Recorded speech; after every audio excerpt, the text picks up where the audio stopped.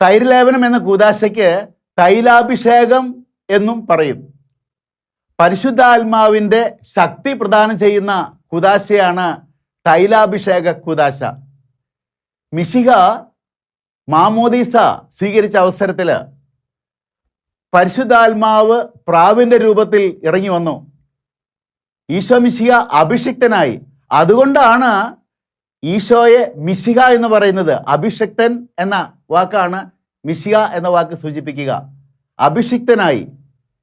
ഇതുപോലെ സ്ഥൈര്യലേപനം എന്ന കൂദാശ സ്വീകരിക്കുമ്പോൾ നമ്മൾ ഓരോരുത്തരും പരിശുദ്ധാത്മാവിൻ്റെ ശക്തി സ്വീകരിക്കുകയാണ്. പരിശുദ്ധാത്മാവിനെ തരാമെന്ന് യോഹന്നാന്റെ സുവിശേഷം 14-ാം അധ്യായത്തിൽ 26-ാം തിരുവചനത്തിൽ ഈശോ പ്രവചിക്കുന്നുണ്ട്. ആശ്വാസദായകനെ അയക്കുമെന്ന്. യോഹന്നാന്റെ സുവിശേഷം 20-ാം അധ്യായം 22-ാം തിരുവചനത്തിൽ നമ്മൾ കാണുന്നുണ്ട്, ഉത്തിതനായ ഈശോ ശിഷ്യന്മാരിലേക്ക് പരിശുദ്ധാത്മാവിനെ നിശ്വസിക്കുന്നു. വീണ്ടും നമ്മൾ കാണുന്നു അപ്പസ്തോലന്മാരുടെ പ്രവർത്തനം 2-ാം അധ്യായം 1 മുതൽ 4 വരെയുള്ള തിരുവചനങ്ങളിൽ നോക്ക്, മാതാവും ശിഷ്യന്മാരും പ്രാർത്ഥിച്ചു കൊണ്ടിരുന്നപ്പോൾ കൊടുങ്കാറ്റിൻ്റെ ശബ്ദത്തിൽ, തീനാവുകളുടെ രൂപത്തിൽ ഇതാ പരിശുദ്ധാത്മാവ് അവരിലേക്ക് ഇറങ്ങി വരുന്നു.